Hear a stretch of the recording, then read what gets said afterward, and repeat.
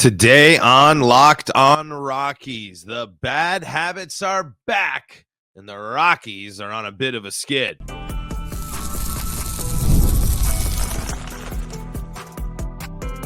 You are Locked on Rockies, your daily Colorado Rockies podcast, part of the Locked on Podcast Network, your team every day. Rock on Rockies fans, welcome into the Locked on Rockies podcast for today, the 4th day of June in the year 2024. I'm your host of the Locked on Rockies podcast, Paul Holden, bringing you your daily Colorado Rockies talk right here on the Locked on Podcast Network, where you can find your team every day. And if your team is the Colorado Rockies, guess what? You're in the right spot, because that's what we do around here each and every day. Free and streaming on your favorite streaming services and on the Locked on Rockies YouTube channel, where you can be part of the show. You can fire off your Rockies hot takes. You can let me know what's on your mind and be part of the ever-growing Locked on Rockies community. And folks, I really would appreciate that. And shout outs to our everydayers out there, and shout outs to y'all for tuning in.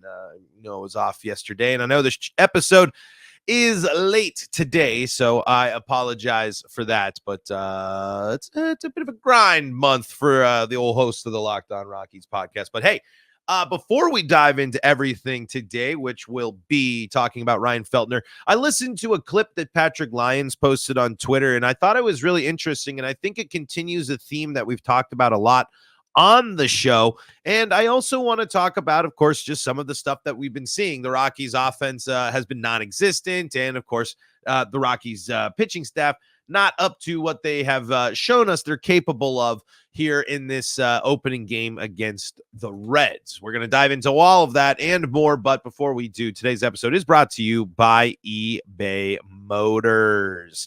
From brake kits to exhaust kits, eBay Motors has over 122 million parts to keep your ride or die alive. With all the parts you need at the prices you want, it's easy to bring home that big win. Keep your ride or die alive at ebaymotors.com.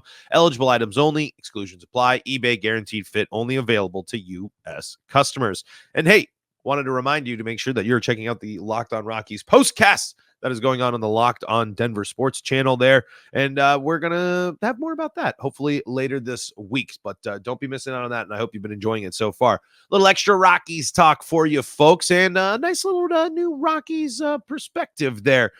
Diving into everything. And of course, I got more experience than me there, as our friend Anilo there taking care of the postcast. So tune into that. And I'm happy to be back here on the pod today. All right. So I want to start this. I know we can dive into a lot of things. And I think, honestly, one of the biggest takeaways and most disappointing things from the game yesterday was the fact that this team, not only did they underperform, they allowed a team that's been struggling on offense to have their most successful day of the season. And it's Coors. You can throw this in. It's Ryan Feltner. It's the end of the rotation. It's blah, blah, blah, blah, blah. But that's the problem is you don't respond in the boat race, right? Like if you're going to have one of those days at Coors Field, you got to be able to respond on offense. And unfortunately, the Rockies offense has been a little bit sluggish of late, and hasn't been coming out and showing us what it was capable of. There's not a lot of clutch hitting, and there's not a lot of big moments like we were seeing in the Rockies winning streak, or winning the series, I should say, against the Phillies and the Guardians. The Rockies offense has been practically dormant since that opening game against the Dodgers there, only scoring the highest 3 runs in the game last night, and then only scoring a 1 run in 2 games there against LA. And this isn't necessary. I mean, Reds have good pitching, absolutely, but it's also Coors Field. It's also a matter, and it was the end of the rotation, so it's a matter of also making the opposition uncomfortable. And it's unfortunate when you hear the comments from Ryan Feltner that signify how uncomfortable it seems that he is at Coors Field, where he just hasn't cracked the code. And my problem isn't really Ryan Feltner admitting this. I appreciate the honesty about the difficulty he is having with the adjustments he has to make between the home and the road. And again, it does prove that there is something there. I just think that it's kind of crazy. It's a little bit ridiculous that the Colorado Rockies haven't been able to figure out a way to address any sort of this. To have a guy, and let me actually read the full stat there from Patrick Lyons, who attributed this as well to the video clip where Feltner was saying this after the game yesterday. Patrick Lyons here on Twitter says, Ryan Feltner has a 7.30 ERA in 5 games at Coors Field this season. He's not won a game in Denver since August of 2022. That's a massive problem. And I know there's injuries and I know there's things like that. But in 5 starts for him to be so unsuccessful and unable to adjust to the challenges of pitching at Coors Field, I just, again, get infuriated by that because you don't have the information. You don't have the knowledge. You don't have the insight or the numbers or really any answer to help this guy, to help this pitcher succeed. The Rockies have not been able to provide Ryan Feltner with enough resources, with enough approaches, with enough philosophies, with enough anything for him to find success at Coors Field, and that's a massive problem. And maybe it's an instance of Feltner himself having to be, and it's a player specific thing, and it's not just the organization. But I find that hard to believe.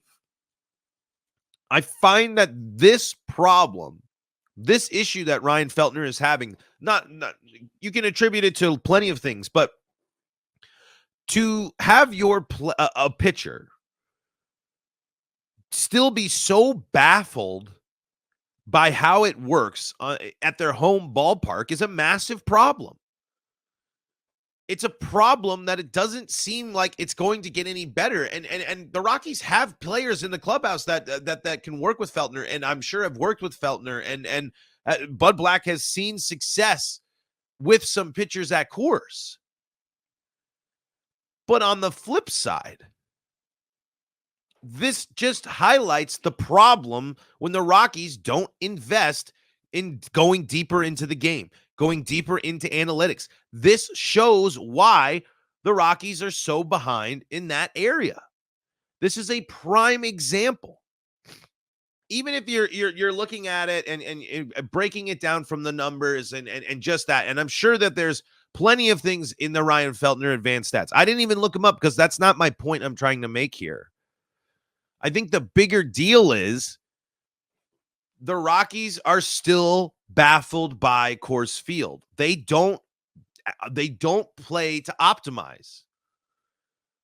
And if Ryan Feltner is going to continue to struggle pitching at home, and you can't help him. You haven't gotten him a win at home in nearly 2 years. What does that say about you as the club? What does that say about your approach? Is it all just on the player? I mean, there's an argument, right? Absolutely. I mean, Feltner needs to perform. Feltner needs to start being creative.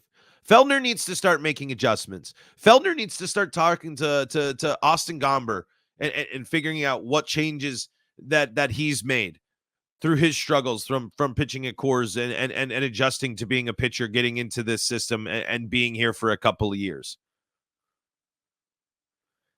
I just think that I get disappointed when I hear Ryan Feltner say those type of things, because if he doesn't have answers, that means the Rockies don't have an answer.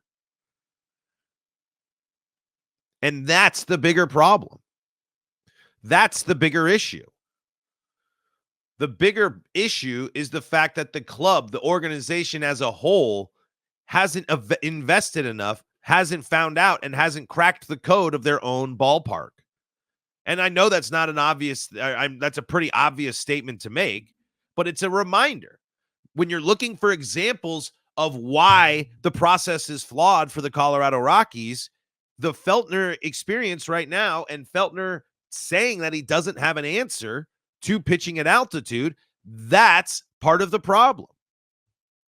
And it's a prime example of what we've been talking about.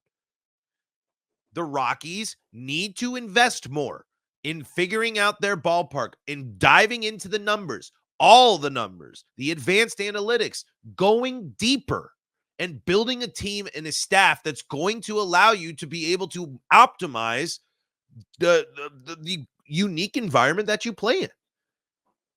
But instead, it is a weakness for one of your starting pitchers. Instead of it possibly being a strength or figuring out a way or a philosophy to work towards it becoming a strength instead of a weakness. Because again, Feltner hasn't won at Coors Field since 2022, and he's 0-5 with a 7.35 ERA at home. That's a problem. And it's not just a Ryan Feltner problem. All right, let's talk a little bit about the offense. Let's talk a little bit about the lineup last night. And one of the things that I just don't love about the lineup last night, and a little bit more coming up next on today's episode of Locked On Rockies. Before we get to that, though, let me tell you about some of the folks that help make this show possible, and that includes FanDuel. It's winner take all time in the NBA and NHL, and FanDuel's giving you a shot to bring home a big win of your own. Make sure that you're checking America's #1 sportsbook for the latest odds, props. Maybe you want to go in on a parlay. I think put a little bit on the the Mavs pulling off the upset in the finals, just because I think they got the best player on the floor, but that's just me. And right now, new customers get $150 in bonus bets with any winning $5 bet. That's $150 to bet on spreads, money lines, player props, and more. If you don't want to listen, I'm a baseball podcaster, so you might not want to listen to me. But you can check out all the action for yourself on the FanDuel app or at FanDuel.com/lockedon. FanDuel.com/lockedon, and make every playoff shot count. FanDuel, America's #1 sportsbook. This is the Locked On Rockies podcast. We are free and streaming on your favorite streaming services and on the Locked On Rockies YouTube channel, where you can be part of the show. You can let me know what's on your mind when it comes to the Colorado Rockies by jumping in the Locked On Rockies comment section. And you can check out the Locked On Rockies postcast coming your way on the Locked On Denver Sports channel after the Rockies games. There you go. So go check those out. And you can also get all your Rockies play-by-play action on SiriusXM and the SiriusXM app, wherever you get your SiriusXM action. I want to talk a little bit about the issues with the offense with the Rockies. And the things that I can see that I'm encouraged by, but the things that do get me a little bit concerned. Of course, we're immediately looking at the issue of the fact that Kris Bryant not with the team again due to that back injury sustained there in the finale against the Dodgers. The bigger problem is it's unfortunate to see the Rockies unable to keep up with an offense that is so, when the Rockies are outshone at home by another offense, and an offense that has struggled this year. The Rockies are kind of similar to the Reds in some ways, but the Reds have hit more home runs. OBP is pretty much similar, and the Reds also have scored more. So it's not surprising to see Cincinnati come after it. But because with the Cincinnati's 224 batting average, they make you pay a little bit. When they do hit the ball, when they do some damage. But I'm also just like, I get worried and I get concerned that with this Kris Bryant situation, with it not being really an IL stint or whatever, that you're in a situation where Jacob Stallings is your best DH option, or you keep going with Jake Cave, or you keep doing this stuff, as opposed to being able to create a pathway for some of the younger guys. Now, I know that doesn't necessarily work with the roster and it not being the IL and this and that and all that stuff. I understand that. But that's what gets so frustrating about this bog that the Rockies kind of find themselves in when it comes to navigating the Kris Bryant situation, creating opportunities for young guys, and actually buying into the concept of a rebuild. Are you really rebuilding? Are you really fully buying into the rebuild if you're not figuring out ways to bring Tolia up here to keep seeing if he can figure it out? Remember, Tolia's got 4 home runs on the season. And at the beginning stage of the season, he was the only one hitting home runs for the Colorado Rockies. I mean, does he get another opportunity? Do the Rockies ever look to a call up for a young for one of these guys? Does it have to only be an IL stint? When do you make the call? When do you make the switch to focusing on getting at bats for the young guys? And I don't, maybe it's a post All-Star break thing, maybe it's a post trade deadline thing, so you can get the most value, see what you can do. Because there might be some money or some interest in a backup catcher or a starting catcher if you're the Rockies. But I'm just curious, when do you pull the cord? And can the Rockies really pull the cord? Can the Rockies really, can they make the changes? Can you really, what can you with the current situation, if Chris Bryant doesn't go back on the IL, what do you do? Would the Rockies ever consider moving on from one of these veterans in a non-trade way? And I'm not saying Stallings, because you need the backup catcher. I don't think you're fully confident that you're going to go to the Hunter Goodmans for your starting catching or backup catching. And Stallings has an argument to be like, hey, I'm batting .316. I got an OBP of 391. I got a slugging percentage of 487. What do you want from me? And I get that. But it is just when you see that type of line, you see Alan Trejo in there too. And I like that Alan Trejo's getting some more chances because he's been an interesting utility player. But again, is it more important that Alan Trejo is getting the playing time, or that some of these other young guys who have been up or down with the Rockies before? In this game, still in the lineup, they still have Bouchard and Goodman playing in the game, and Montero is playing first base. So in reality, when you're looking at the stuff that we talk about with that log jam of how are you going to get Montero on the field and, XYZ, but now it's just a question of how often can you really throw out lineups like you had last night and really buy into the fact that you are rebuilding? I think that this is another example of when people say the Rockies are rebuilding. They are, but do they? When is that moment? And it's a weird thing to say too, right? Because the Rockies played good in May. The Rockies were successful, and Jacob Stallings contributed to that. And sure, the players on the roster have shown that they can do some damage. And I'm all for it. But when you go on these skids, again, the Rockies need to show us that bounce back tonight, because when the Rockies start trailing and losing back to back, the Rockies haven't been able to bounce back. And I just don't think the best way to jumpstart the offense or to jumpstart what you need to do as a team is to trot out a lineup like you had last night. It's just not, it's not like there just has to be. I'm okay with it, I guess, at the beginning of June, but are we going to be okay seeing that lineup in August, for example? I'm not so sure. And by that point, that's got to be a big problem, right? If it's August and the Rockies aren't getting the playing time to the right guys. But I just get so concerned about the Rockies and their prioritizing of players that need to get the time at the expense of some of the veterans. Especially because, the Rockies are looking for a boost right here. The Rockies are looking for that offense to get back going. But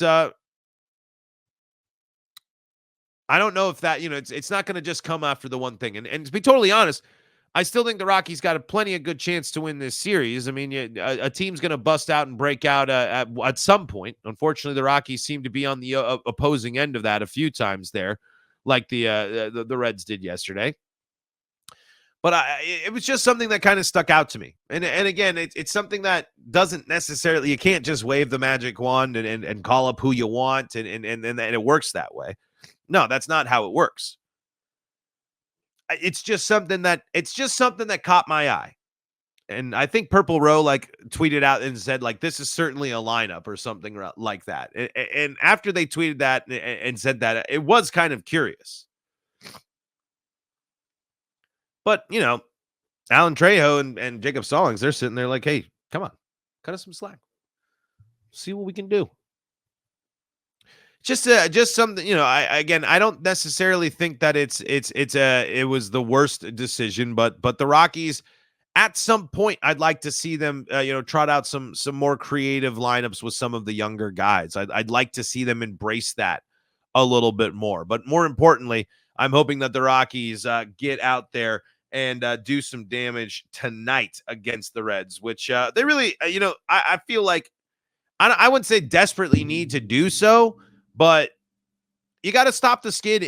You got to keep showing that these the losing streaks aren't going to be the long ones.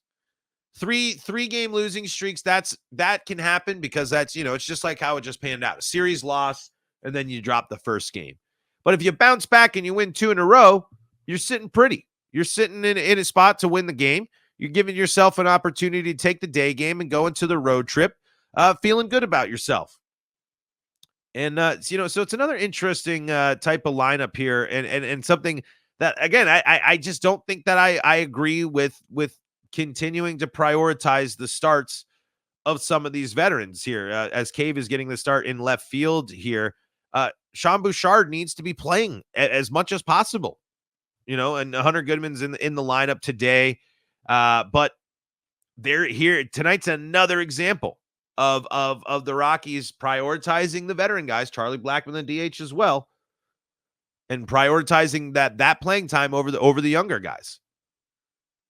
I still think this is a situation where the young guys and the focus of this season has to be opportunities for those guys.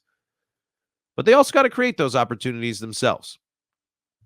All right, let's take a quick break here, and then let's just let's look ahead here for tonight's matchup. Let's take a look at the pitching matchups and see if the Rockies have anything that they can look at here as they're going into this matchup against the Cincinnati Reds here, trying to split the series, and what the Rockies need from Ty Blach here in this one. We'll all do all that coming up on Locked On Rockies. Before we do that, though, got to tell you about the folks that help make this show possible, and that includes eBay Motors. Passion, drive, and patience. The formula for winning championships is also what keeps your ride or die alive. eBay Motors has everything you need to maintain your vehicle and level it up to peak performance. Superchargers, roof racks, exhaust kits, LED headlights, and more. Whether you're into speed, power, or style, eBay Motors has you covered. With over 122 million parts for your number one ride or die, you'll always find exactly what you're looking for. And with eBay Guaranteed Fit, your part is guaranteed to fit your ride every time or your money back. Because with eBay Motors, you're burning rubber, not cash. With all the parts you need at the prices you want, it's easy to make your car the MVP and bring home huge wins. Keep your ride or die alive at ebaymotors.com. Eligible items only. Exclusions apply. eBay Guaranteed Fit only available to U.S. customers. This is the Locked On Rockies podcast for free and streaming on your favorite streaming services, bringing you your daily Colorado Rockies talk right here on the Locked On Podcast Network and on the Locked On Rockies YouTube channel, where you can be part of the show by firing off your Rockies hot takes and letting me know what's on your mind when it comes to the Colorado Rockies. Don't miss out on all your play-by-play action on SiriusXM and the SiriusXM app. Just search Colorado Rockies and you're there. And after the game, Rockies postcasts available on the Locked On Denver Sports channel. All right, Frankie Montas taking on Ty Blach tonight here, and they're kind of some similar pitchers here, some similarities between these two. But the big difference between these two pitchers is the strikeout. But the on the flip side here, the Rockies do have some opportunity if they can bring back the patience that they were showing in those series wins. I think they can do some damage and they can get after Montas here. Montas 4.60 ERA, 2-4 on the season with a WHIP of 1.40 and 47 innings pitched. He's got given up 48 hits, 33 strikeouts. So the strikeout factor is there, and it's the Rockies. So, the Rockies have a tendency to strike out, 8 strikeouts in the game last night. But here's the kicker: 18 walks, 7 home runs. So that, when you see that walks can be a problem, and when you see that a team is at Coors Field, you kind of got to be licking your chops a little bit, but you got to be patient too. And this is when you're looking, and we were just talking in the last segment about veterans and prioritizing them. This is a situation where you do look at Charlie Blackmon and you do say he is the right guy to lead the Rockies off in this situation, because if he can set the tone for that patience, then that means the Rockies are going to be able to generate and create a little bit more opportunities for them to be successful on offense. That's what they need to do. They need to get back into generating those opportunities. And they had runners in scoring position. They got, I believe it was 9 hits or something like that last night. So there certainly were possibilities for the Rockies to get back into that game yesterday before things got out of hand, mixed with an, oh my goodness. I didn't want to focus too much about this. And it's a weird thing for me, but that umpiring performance last night was horrendous, absolutely pitiful. And people pointed out when the report card came out, I think Evan Lang of Purple Rose said this. It's like the Rockies lost last night. They were going to lose. You know, they were outplayed, but this is awful. I mean, it was like one of the third worst like umpire performances. I can't remember the stats, but holy cow! If you see that report card. Like that's, it's one thing if it's a 13-3 game against the Rockies and the Reds in the middle of the season, but man, that stuff changes things down the line. Like if that performance happened, say in August, September, like that could change a season, that could change a stretch, and I know that's nothing new, but it's also a situation in which like. My oh my, you just get disappointed by that, and again, it's not to say that was the reason the Rockies lost, but to have that be such a disappointing performance by the umpires, and then again, where do they go from there? It's just a my bad, and move on. So I'm sorry, but let me go back to my main point. The Rockies got to get after Montas, but they got to do it in a way in which that they're patient as well. And I think that we've seen this. When the Rockies are successful, they walk a lot. When the Rockies are up at the dish and they're able to really look at and break down the pitcher and have and go deeper into counts, that's going to help, because the best thing you can do as an offense at Coors Field is get free passes. One of the best things, I should say. And so when you see that walk total, when you see 18 walks in 47 innings and you see a whip of 1.4, that's got to be something that the Rockies are looking at and hopeful that the Rockies can take advantage of. Folks, that's going to do it for today's episode of Locked On Rockies. Weird day today, technical issues and this and that, but we got an episode up for you today, and we'll be back in action with you here going forward. We'll see if the Rockies can take advantage of those walks and that the home run potential there from Montas. But the Rockies hopefully got to be getting some good stuff from Ty Block as well, which we've seen possibility or seen flashes of. And if we can get Ty Block to start striking out a couple more batters, that'll be good. But this is a Cincinnati team that if they're looking to make sure that it's not just a one-time breakout and that they ignite this offense going forward. But folks, we'll be back in action tomorrow. Don't miss out on the pod and all the action on the Locked On Podcast Network and on the Locked On Rockies YouTube channel, where your subscription, your like, your comments always help the show grow. And until next time, this is Paul Holden saying so long from the Locked On Rockies podcast.